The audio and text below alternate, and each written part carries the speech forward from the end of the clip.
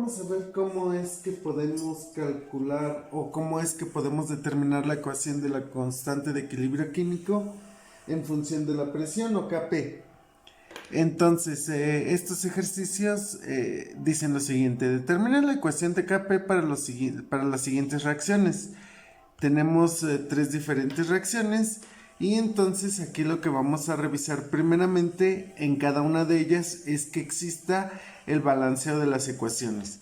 Veamos, en este primer caso tenemos dinitrógeno más dihidrógeno que da amoníaco. En este caso todas las especies están en estado gaseoso. Sin embargo, la ecuación no está balanceada en función de que tenemos dos nitrógenos en los reactivos y solo tenemos uno en los productos. Tenemos dos hidrógenos en los reactivos y tres en los productos. Eso quiere decir que tenemos que llevar a cabo el balanceo primero de la ecuación. Entonces, si aquí ponemos dos de amoníaco, tendríamos que poner, para el caso de los hidrógenos, tendríamos que tener 6, tenemos 2, entonces aquí le ponemos 3. Y aquí le ponemos 1, entonces ya tenemos 2 de nitrógeno, 6 de hidrógeno, 6 de hidrógeno. Para escribir la ecuación de Kp debemos de considerar las especies gaseosas. En este caso, pues las especies gaseosas son tanto en reactivos como en productos, todas.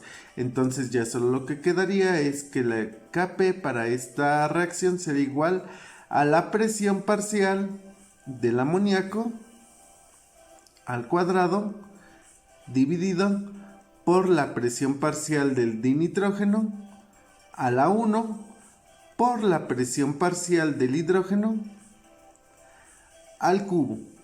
Y entonces esta sería la ecuación para el equilibrio que acabamos de analizar. Si seguimos ahora con la reacción para la síntesis de fosgeno, lo que tenemos es carbón sólido más CO2 gas más cloro 2 gas, que da como resultado fosgeno. Vamos a ver que en este caso pues tampoco existe el balanceo de la ecuación porque tenemos 2 de carbono y en los reactivos tenemos 2 átomos de carbono y en los productos solo tenemos 1. Entonces lo que vamos a hacer pues es justamente, déjenme cambiar de color de lapicero para que quede más entendible. Lo que vamos a hacer es que si tenemos 2 de carbono, entonces le ponemos aquí el número 2. Eso nos lleva a tener 2 de oxígeno. Tenemos 2 de oxígeno, 2 de carbono, pero tenemos ahora 4 de cloro. Eso quiere decir que entonces tenemos que poner un 2 aquí y estos se quedan con coeficiente estequiométrico 1. Entonces, una vez que tenemos balanceada la reacción, lo que sigue es determinar cuáles son las especies gaseosas. En este caso, el carbono sólido pues no va a entrar dentro del cálculo de la constante.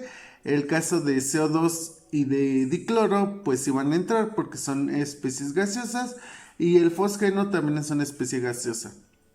Entonces, la constante de equilibrio químico en función de la presión, que es Kp, va a ser igual a la presión parcial del fosgeno elevado al cuadrado sobre la presión parcial de CO2 elevado a la 1 por la presión parcial de Cl2 elevado al cuadrado. Y entonces ya tenemos la ecuación que expresa el equilibrio químico en función de la presión de esta reacción. Vámonos al último ejercicio. Lo que tenemos es carbonato de calcio para dar cal viva y dióxido de carbono. Lo que debemos de analizar primeramente es si la reacción está balanceada.